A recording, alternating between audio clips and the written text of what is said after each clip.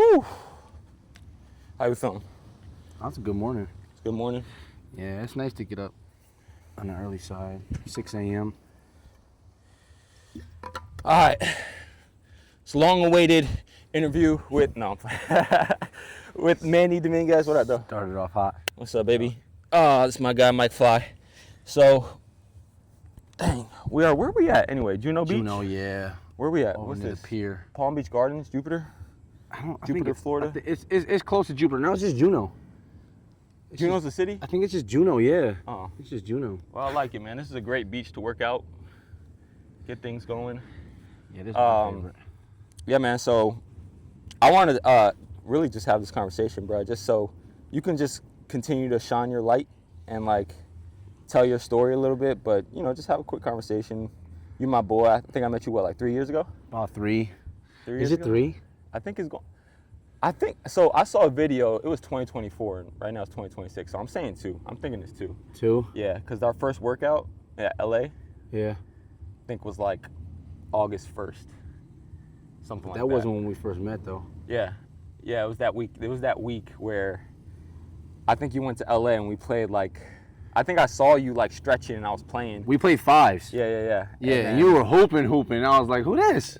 Yeah, I was like, who this? I don't remember too much. I do remember some clips of, I think I made a pass. You were like denying your guy on the opposite side of the court. Yeah. And I was coming off like a screen, like with my left hand coming off the left side. Yeah. And you had a shooter, so I think you were like denying him a little bit. Yeah. And I still threw it, and the ball like skid your eye. Yeah. And then it hit my guy who I was aiming for. He made the shot. Yeah. And then you looked at me like, what the hell? Like, man, because I was denying. I think I remember. I forgot who it was, but It was like an old head. It was kind of like a semi-old head that could shoot though. He was like really good shooter. probably that old guy that just be talking the whole game. Yeah, I think maybe. it was him. I forgot his name, but yeah. But no, I realized you were pro and, well, you walked in, I was like, who the heck? I've never seen this guy before doing all proper stretches. Got to, bro. You absolutely have to. And then I let like somebody else guard you, and then you were just hitting shots. And I was like, I think I walked up to you, and you were like, I was like, who are you moving like that? I think that's exactly what I said. And I said, you a pro? I said, yeah, I play in Argentina. And then you asked me, do you? And I said, nah, bro, I got a job. Nah, because you was knocking down shots. He was hitting up. Nah, yeah, it was. That was funny. But I was when I first saw you hit like a deep 3, and it looked good. You could tell when somebody shoots. yeah. And the form the and eye all, test. you can tell that they've done something before. Yeah. Like, you know what I'm saying? You can tell the difference from like an LA Fitness hooper Right. than like someone who's played, college ball or has some sort of IQ, whether it's offense or defense. You can definitely tell. the Yeah, difference. I think what stood out, I think you beat us with a trash team. And I was just mad, bro. 'Cause Well, I didn't know anybody. You didn't know nobody, but you was hitting threes and just like side step, your little pound, Yeah. like pound side step side. 3 that you hit. It's freaking crazy, dude. But so that was what, 2 years ago? Where were you at then? Like what was If that your was career? 2024, you said it was August of 2024. Yeah, 2024 August. Yep. Yeah. August Because I was looking yesterday and it 2024. said 2024, like August 1st or August 5th or something like that. 8th. No, it couldn't have been, because I got to France on August 1st, 2024. So that means it had to be July. If it was July, July. it was July. Yeah. 100% was July, 'Cause because that's that's when when I I just started. came back from Venezuela. Yeah, and that's when I started watching you. Venezuela, that was That year was a big swing for me, because I played LMBP, First Division Mexico, Mm-hmm. and then I played Copa Mexico, back to back, and then literally I went from Copa, finished in May, the middle of May. We went on a 2-week vacation. Me, Britt, and Mila. We went to Cancun for a week. Then we went to Tulum for a week, and because we didn't want to go back home yet, so during that time we were in Cancun, I received an offer from Venezuela. So your first And- year was Mexico. No. Oh, my first year, my rookie season? Oh, I'm sorry. So 2 years. So by then you're already what? 3-year pro? Probably at that time that was my 4 years. maybe 4, Dang. So you're already doing damage. maybe even 5. I mean, I started in 2018, so Yeah. our rookie season 2018. So we're going Like this is year 8, bro. Dang, I was still in college. This August is gonna be year 8, bro. That's wild. Time flies. But yeah, so and then I went like literally it was like back to back to back. It was like Mexico, Venezuela, France. Like I think when I came down here with you when we were hooping at LA Fitness, I was here for like 2 weeks. I left Venezuela, came right to here, and then maybe 2 weeks later went to France. Yeah, it was that year, 2024, 2025 was a big swing. Yeah. Up until now, 2026, like those 2 years were like a a big career swing. changer? A lot of travel, a lot of games, a lot of practices, a lot of working out. Like it was nonstop. Besides when I got injured after I left, when I left France was March. I took that 4 month. During that time, were you already established though, like as a pro, right? Like was there difficulties to like find a team? No, Or- I've always had like good agents. Like I haven't had a problem like finding teams. Maybe had a problem like finding exactly like, you know, when it comes to like salary, accommodation, all that kind of stuff. Because I Yeah. travel with the fam, so like Yeah. it's different for me than it is to like a solo hooper Yeah. who can just pack up and leave within like 48 hours. Right. Or take kind of whatever deal. Like it doesn't mind take time to think about and to, you know, plan out. So like, what are some challenges like behind that? So you got a wife, obviously, and a kid, Yeah. Mila, who's amazing, 5 years old, but she speaks like she's 7. It sounds like. Man. Smart. But so how is it like challenging on that aspect of things, like having a family and not wanting to leave like overseas without them? I mean, no, it's literally lifestyle now. It's not even like it's literally just what we do. It's not even like Yeah. I can't do it with it. It's just like just what we do. Yeah. This is where we're going this season. We pack up, we leave, we make. I mean, because you gotta understand, but Mila's been traveling since she was 3 months old. Yeah. Her first flight was when she was 3 months old. That's so like crazy. she's been, if you add up all the time we've been overseas since she's been born, she's been outside of the country longer than she's been inside of the country by a long shot. I Facts, think yeah. too, by a long shot. Because it's like 7-8 months at a time. Like right? we're talking about, yeah. And if you Yeah. just do like a quick multiplication, I mean, you can just do like 8 times 4, 32. I mean, that's 32 compared to like maybe a total of like 5-6 months Yeah. in the States, opposed to like minimum of 32 outside the state. That's a minimum too. Yeah. I haven't really did that stat. I got to do that stat. She'll tell you too. I was talking to her. She's like, "Yeah, I've been here. I Oh, she'll take tell flights." you. She knows. She knows. That's crazy. She's no stranger to travel at all. But no, she enjoys it. She's very cultured. She even my wife's very cultured. Yeah. And I think like the main thing when we're overseas in some places who are, you know, less fortunate, it definitely makes us better people. Facts. And makes us, when we come, like, it's so funny. Every time we come back home from somewhere, say like we just came back from Argentina, Yeah. we'll like go home, we'll go up to New York, we'll go in our house, and we'll just have all these clothes that we haven't seen or wore in 8-9 months, and we're like, get rid of them. Like, Yeah. bro, I'm telling you, I think we had like 10 bags we just give to the Salvation Army. Wow. Every time we come home, we just get rid of clothes. Because you're getting new ones overseas, right? It's not even it's not even new ones. It's just stuff that sits there for years. It's just clothes that people think that you need.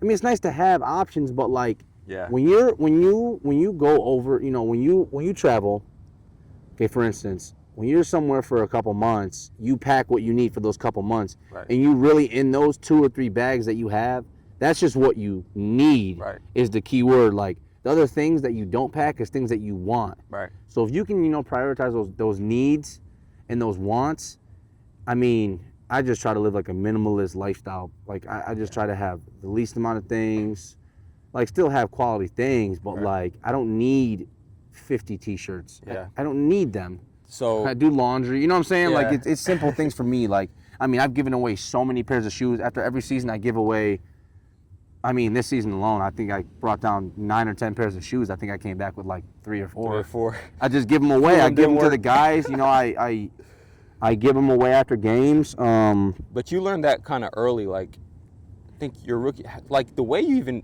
became a pro, you kind of had to sacrifice and kind of like bring little things? Because what, you started where? Like, where was your first, like, you tried out somewhere, didn't Argentina. you? Argentina. Argentina. But didn't you do, like, the agency thing where it's like, oh, you got to play in front of, like, a team? I did a tour. Yeah. But my tour was different from other tours. I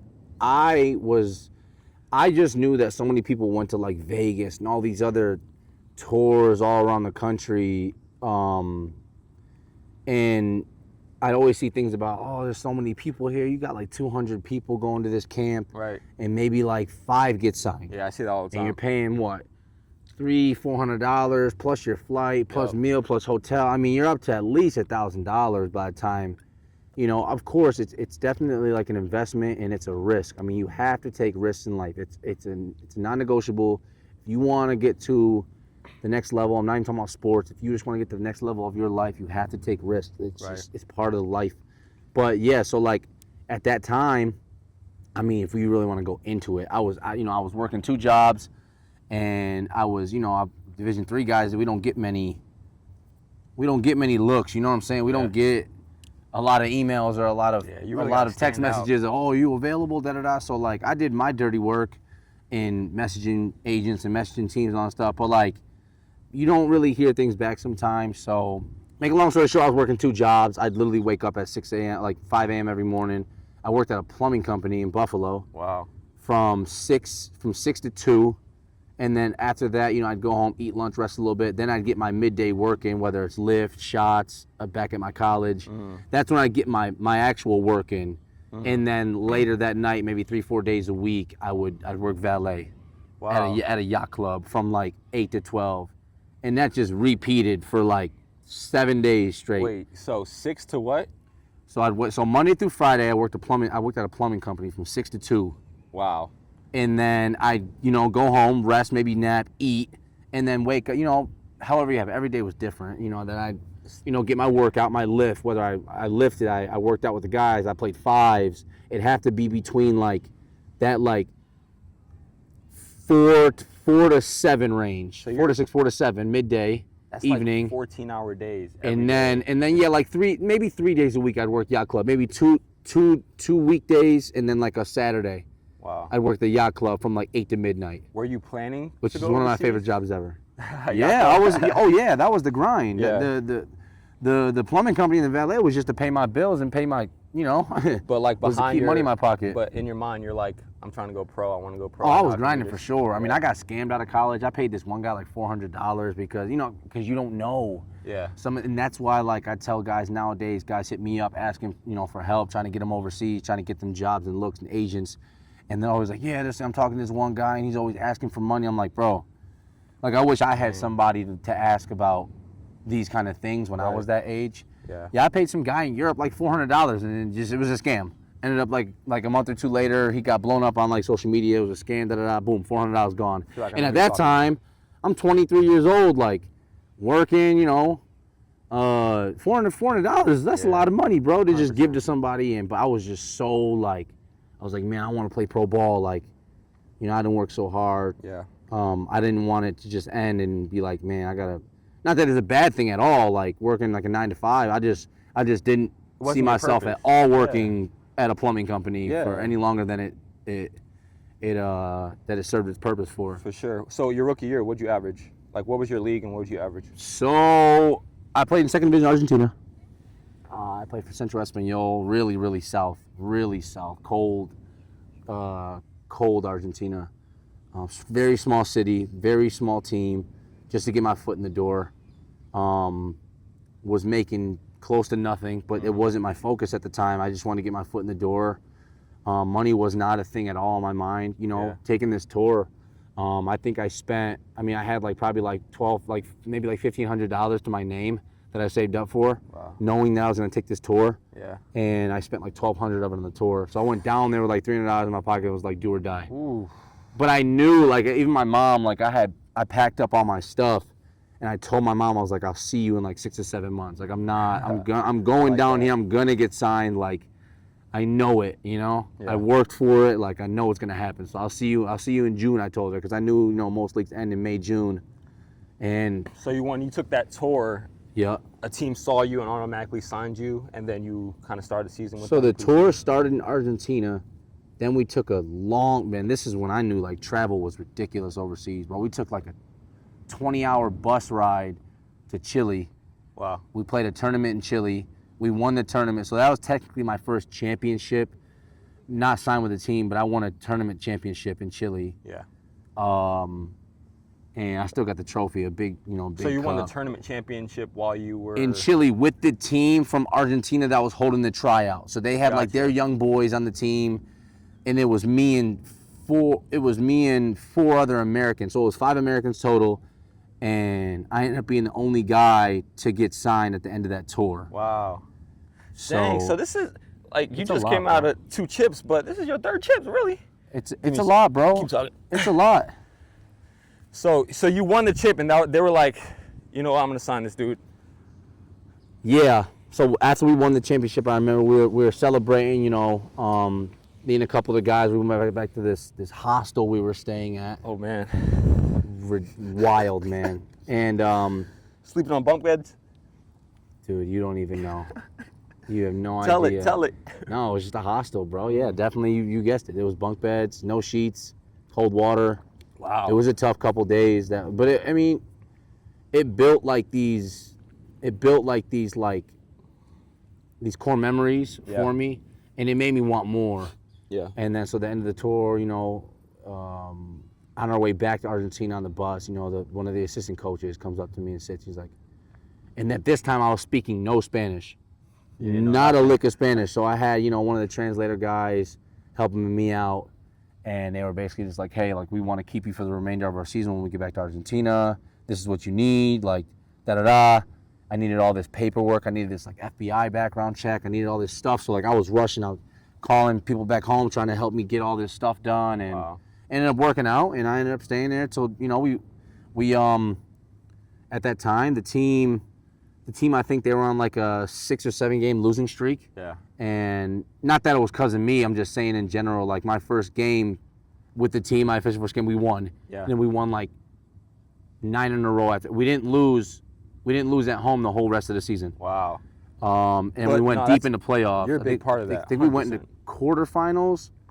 We won reclassification. Then we went into quarterfinals in Game 5. We lost in Game 5. And it was tough, man. Like, but I was putting up numbers though. Like my first couple games, like my first ever game, I only scored 4 points, 5 points, but like I only played like maybe like 9 minutes. Yeah.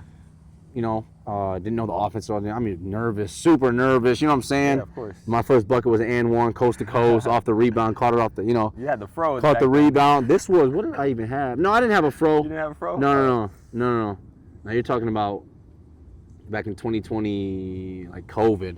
Okay. I grew the fro in COVID. But yeah, so that was, after that, it was kind of just day by day. And it was like for me, like my big brother, shout out Howard Wilkerson. He took me under his wing. I lived with him. And at that time, he was a 12-year pro. At that time, my my rookie season, he was a 12-year pro. Right. So I was living with a 12-year pro, Wow. in the same apartment, and he took me under his wing right away, saw something in me, and we still talk to this day. That's a I'm talking blessing. about 8 years later. We still talk to this day. Like, that's my brother. I just saw him down in Argentina this season. He traveled to come watch me play at a home game, and then where he lives in Argentina now. He went back to where he lived, and we played like 30 minutes from where he lived. And we went on a road trip like 2 weeks later. He came, and awesome. no, So that was he's like your vet. He kinda taught he you the still shit. is my vet, man. Like any questions I have, any doubts I have and stuff like that. He motivates me. So shout out Howard, man. Like super humble, super like the best OG you could ask for, bro. For sure. The best unk you could possibly have in your corner, especially living with him. Yeah. I've learned so much. Being a 12-year pro, that says a lot. Man. Because a lot of people don't last. Crazy resume. Yeah. Searching, man. Crazy resume. So what? You're in year 8 now. We're going to year. I'm going into year 8 this Yeah. August. In like a couple weeks, it's gonna be start of year 8, and You just getting started, baby. we're just getting started. And that's one of my slogans. You know that. Like every time people ask me, which is one of the most annoying questions. I just want to put that on record. Stop asking me when I'm gonna be when I feel like I'm gonna be done playing. Yeah. I do not like when people ask me that. That'd be like me asking, when are you gonna stop working? Yeah. Right. When are you gonna quit your job? Yeah. You know what I'm saying? You never Like, really know. You don't know. don't I know. don't like putting an age on it. You know what I'm saying? I would love to play till I'm 40 years old. That'd be Let's awesome. say it like that. With the lifestyle, with what's going on, and that's just what I'd like to do. I don't see why you can't. I don't see why I can't Yeah, either. Especially if you keep investing in your body. You know, so So you just coming off 2 chips yeah. with first one in Ecuador. I was in Ecuador, What was the team name? fresh off an injury. Jorge Guzman, Jorge Guzman, and then changed teams and after then that. After the went back to season. Argentina, which I didn't really plan on doing, but Yeah. my agent told me it was a good situation for me and the family, and literally everything he told me that was gonna happen happened. Yeah. My agent, so shout out him too. He always looks for good situations for me, and You put up numbers too. Like numbers, put up bro. numbers. How many points in the season? total, Yeah. I led the league in total points scored. God. 7-13, 7-15. You scored more points in the season than I did my whole college career. I scored like 600 something my college career. And you out here scoring 700, bro. That's impressive, bro. Respect. Put up to that. numbers. We had a tough first half of the season, and then we kind of just we all got together. And the second half of the season, it's crazy when you look back, man. Like from after Christmas break until the championship, we lost 5 games Wow. since January I to did see June. that. 31-13. 31-13 was the whole season, but we were 16-3. We were 16-3 from January to May. No. It From was when you January came to the back. end of regular season, which was March 20th. And then playoffs, we went 14-2. See, I remember we were here. 369. We- Yeah. We were running, and Yeah. then you were talking about how, man, the team, like, we're struggling right now. Yeah, we gotta were figure struggling. it out. I don't know if we're going to make the playoffs. It was not, a lot of people just see like wins and highlights and stuff. We were struggling. Practice was a struggle. Day-to-days was a struggle for some people. Work ethic was a struggle for some people when we started losing games. Yeah, we lost. I remember we lost a game. We lost a game at home, and like our president, like the next, like okay, so normally overseas games like they end like late. Like we finished like 11 o'clock. Yeah. By the time you ice bath, shower, you're coming out the locker room around midnight. He tells us, sends us a message, come to the locker room tomorrow morning at 7 a.m. Mm.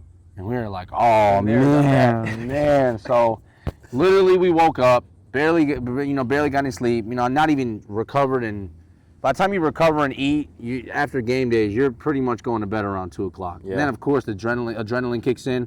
Most days after game days, I'm not sleeping until like 3 a.m. Yeah. It's tough for me to 'Cause go your to sleep mind is after. still Yeah, going, you're I'm still still in that going. game I'm still mode. in it. So 3, Yeah. 4 a.m. is normal time for me to go to sleep after game days. Wow. And then to wake up the next morning for him to just yell at us in the locker room about how we shouldn't have lost and that we need to play harder. That kind of kicked us into gear, I'd say, to prepare us for the playoffs. Yeah. And then we went 14-2 in playoffs. We lost 2 games. Yeah. Uh, There was a momentum shift. It was like you guys just started clicking. Yep. 'Cause I was watching, and it's like there was some struggle early in the Yep. season, but then it seemed like after that break. Yeah, you we guys kinda clicked. We had a figured it lot of out. injuries, so our bench were heads up the whole season. I was always on the young guys, motivating them and telling them like, "Hey, man, like your time is coming." A couple of them may hang their heads because they wouldn't play the whole game, and they just don't understand. Like when you're 19, 20 years old, like you got to relax, man. Like Yeah. your time is coming. Like learn from the older guys. Like ask questions. I feel like nowadays a lot of the young hoopers that we were talking about the other day, like they don't want to ask questions. They're scared to ask questions. They're scared to be shot down. They're scared to hear the word no. Like Yeah. ask questions, man. Like be annoying. Like be lock in. You know what I'm saying? Yeah. Like I think basketball in curious. general, bro, like communication is so underrated. Like on the court, off the court, Very talking underrated. to your coaches, like that makes a huge difference. very underrated. And like that can change you as a player too, and make coaches look at you differently, and maybe even get you more playing time. 100%. I mean, even my coach this season, like he told me, like you're a different American, man. Like most Americans don't say how they feel, and they don't have those one-on-one conversations. Like me and my coach, Manu, we had like we'd have like a couple like face-to-face like conversations. None of that text message stuff. Just sit down, man to man. Let's talk it through. And he was shocked that I would do that very often too. I'd pull him to the side, and we were in a hotel one time. We talked for like 2 hours straight. It was a game. We lost a game, and I was frustrated. He was frustrated, and we came together and he asked me what I think about things, and I asked him what he thinks about things, and we just we made changes. We both of us made changes. Mine as leadership change, and motivating better and getting guys, more prepared and locked in more. And he made some decisions that he had to make, and it was when you do it for the team, no one can be wrong. Right. So yeah, it's good conversations. Yeah. Good conversations. Hey, if you don't take away anything from this, take away communicate. Communicate. You have to communicate. Whatever's on your heart, communicate. You have to communicate, especially when you're playing overseas. Like, I know the language barrier in some countries, whether it's whether you're speaking French, Spanish, Russian, right, Chinese. I would say like still communicate, because they want to, and I say they as the locals in other countries, they want to communicate with you just as much as you want to communicate with them. Right. Believe it or not, like they might not act like it, but they want to talk. Yeah. And maybe once they're you waiting talk, for you, yeah. Once you talk, you're in, man. Like they'll respect you a lot more. You'll get a lot more, more positive energy, feedback. Yeah. But no, for sure, communication is so important, man. In life in general. Yeah, facts, 100%. So now we're in the off season, technically, I guess in a way. Yep. You have short off seasons though. Well, we decided this year to come home. Well, come back to the States, and really, I had to get my strength back. I had to get stronger. I had to get recovered, because I did a full 12. I did a full 12 months this year. I went June to June this year. That's 3 different countries. We went DR, Ecuador, Argentina, and was probably in the States for like 3 weeks total out of this whole year. I want to touch on, even though DR was a short stint, bro. When I was watching, I felt just the energy, like. Even though, how many games you played? 3? Only played 3 games, DR. Yeah, I got called for playoffs. But I don't know why I was so nervous during that time. Like, just like the whole crowd and just like the environment was like, oh my God. And I think it was like your first game back from injury. Bro. And they were in playoff mode. Bro, like, you said it, bro. Like, and when I got the call, I didn't want to be like, hey, I'm just coming off an injury. No, because like you have to lock in. So like, I'm telling you, I literally, I took 4 months off pretty much. Came down here with you. We trained in May for a couple weeks. But it wasn't no 5-on-5. We didn't play 5-on-5s once. Like, just me and so you. my first 5-on-5s under a whistle from when I got injured in March when I left France all the way till June was the first time I played 5-on-5s under a whistle, bro. And it was a game. It wasn't practice. It was not. It was a game, bro. In that kind of environment. Like when I saw guys just hanging off the bleachers, like everybody just packed filled. Yeah. And like, I think the first game, like you were hitting and missing. I think you were just trying to get the flow of it. But bro, I just felt the energy. And then the next game, you had, 28, I think? No. I think the first game I had 16, maybe 14. The second game, but it was like a nasty 14. It was like I was just putting the ball on the rim however I could. Yeah. It wasn't smooth at all. Like you can tell but they didn't know. Like I didn't tell anybody. I didn't tell the coach, the agent, nobody that I had an injury. I didn't want that to be like a reason I didn't get the contract. And it was like a little preseason for me to get ready for, when I went to Ecuador. It was funny. It was like a little 3-game preseason. I was there for 2 weeks. But no, and then I think the second game I had like 18, and the third game I had 22. Okay. We lost at the buzzer. Well, right before the buzzer. And I got fouled. Or no, it was a goaltend. They didn't call it. It was like I had the game-winning layup, and they goaltended, and they didn't call it. Whatever, man. But, it was fun, and it was fun while it lasted. Yeah, but it's been a crazy 12 months, 2 chips.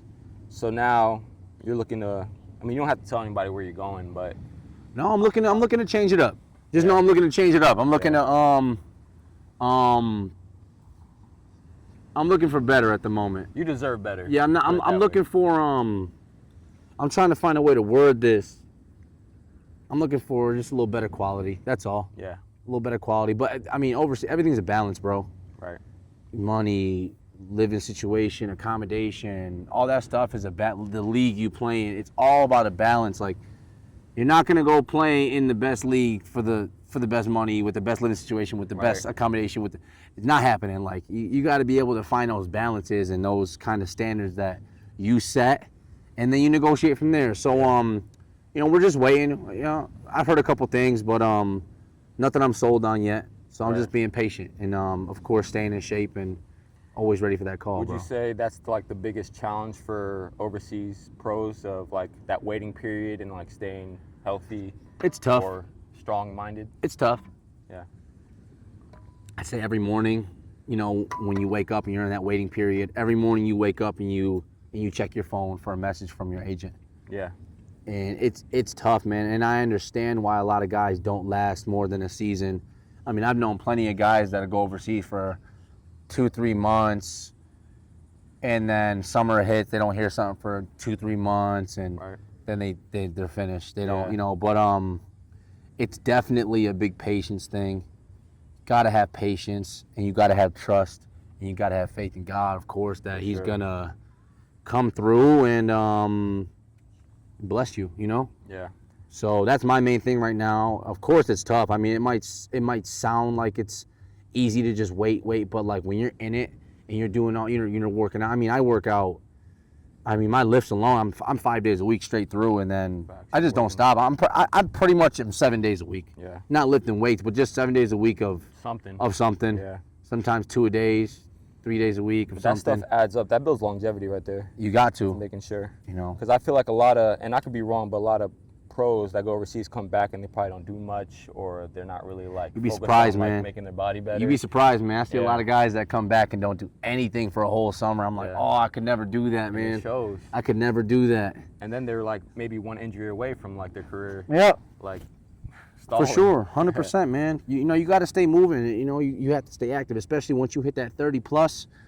Your years are limited at that time. You know, it's undeniable that you have limited years after you turn 30 years old. You know, like I'm 31 now, and I don't feel like I'm limited, but I do feel like I want to get to where I want to get to and build there. You Right. know, instead of doing all this hopping. Right. So I'm looking, and that's what I say. I'm looking for better. It's not necessarily when it comes down to like, you know, better overall. Just Yeah. better quality of things Yeah. and having less frustration about not hearing news every single day I wake For sure. up. Like it's, you know, I it's feel nice to you. hear news, and you kind of just got to trust that your agent and, you know, whoever you're working with, the team, that they're working, that they're Right. doing their part, because I'm doing mine. You know, Yeah. every day. You mentioned, and we're almost done, but you mentioned God. I wanted to bring this up.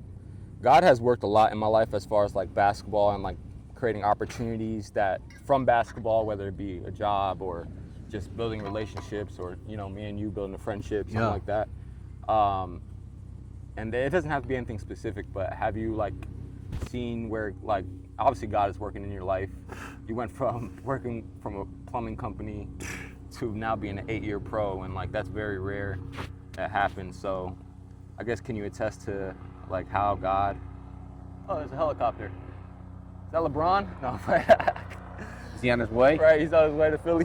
No, I'm playing. Just attest to how like kind of God has like put His hand in your life, because I'm sure it's been a struggle, bro. Like you mentioned, like sometimes you don't know what's coming. You wake up every day, kind of like, yo, what's next? And you have a wife and kids, so like basketball, it's not easy, bro. It's not easy to make money. Like you really got to be a player, and you've made your money, but you know, how has God worked in your life in a way? I would say,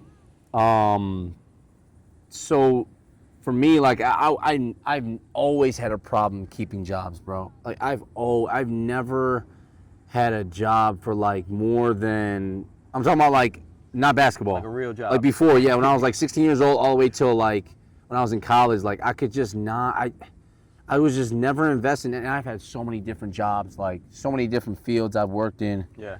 I just couldn't lock in. It just wasn't, some things just aren't for you, you know what I'm saying? It just wasn't for me. So Yeah. I think, you know, God blessed me with like this opportunity to go to a lower division in college and show kids that you can make it. Right. Show kids that, you know, changing things isn't a bad thing, you know, getting around different kinds of people. If things aren't working out, change it. Like you literally are in control of your life. Like Right. if you don't like something, don't just sit there and complain about it. Like change it. But you have to have that faith in the back of your head to be like, and to have that calm mindset of like, it's gonna happen. Like if I do this work, this is gonna happen. Like And it might not happen on your time, but that's the reason why you have to have that. You have to have that faith. You have to have that understanding that it's not about your time. Because if things were to happen on if everything were to happen on my time, I wouldn't be sitting here right now. I wouldn't be doing. If everything was like, oh, I want to go here this season, I want to go da. It wouldn't be organic. Right. It wouldn't be how it's supposed to be, you know. So, no, man, it's Having that faith. like you said, like financials are a big thing too. I mean, but like it's not the biggest. It's not like, and I say that, you know, I'm super blessed with the situation I'm in, and I've also worked really hard for it. It's not like like I've had things like given to me. Like I've worked extremely hard, and I say that because I enjoy working hard and being able to enjoy the fruits of my labor and seeing what I get from my hard work. And but no, man, like tremendous amount of love, you know, for what he's done for me and what he's going to do for me and what he does for me. Yeah. You know? I think the biggest thing I notice is, like, obviously you have to have faith in God and, like, trust the process, but also you got to put in your work too. You have to. And, like, you can't just be like, hey, God, I want this, and then just You have to. and just staying still. Like, you have to, like, do your part of, like, seeking, building knowledge, like taking care of your body, whatever it may be. And I think, like, God is kind of blessing you in that aspect because he sees that you're not, like, really skipping steps. Yeah. And you're really, like, honing in on him and your family, and, like, that's what he wants. Like, Yeah. And then the rest he's going to take care of. So, No, I agree 100%. yeah. 100%. I mean, I think the biggest thing, like a big takeaway from it is that, like, when people pray for things, you might not get exactly what you prayed for, but he 100% will give you those resources to get what you want. Yeah. He's not just going to give you everything you ask for. It's not how it works. But, you know, it's, I don't know, I'm trying to think of like a metaphor to explain it, but, you know, for people who get it, they get it. You know what I'm saying? Like, you might not get this, what you prayed for, but he'll give you this, this, and this to build and work towards that, what you prayed for. So, and he's also not going to give you more than you can't handle. Oh, no. So, like, you might want, let's just say, money-wise, $1 million. Yeah. But he know you're not going to be able to handle $1 million. So he might set you off with 10,000, 100,000, and he knows you're going to be good with that. So 100,000. Yep. that's kind of how I look at it too.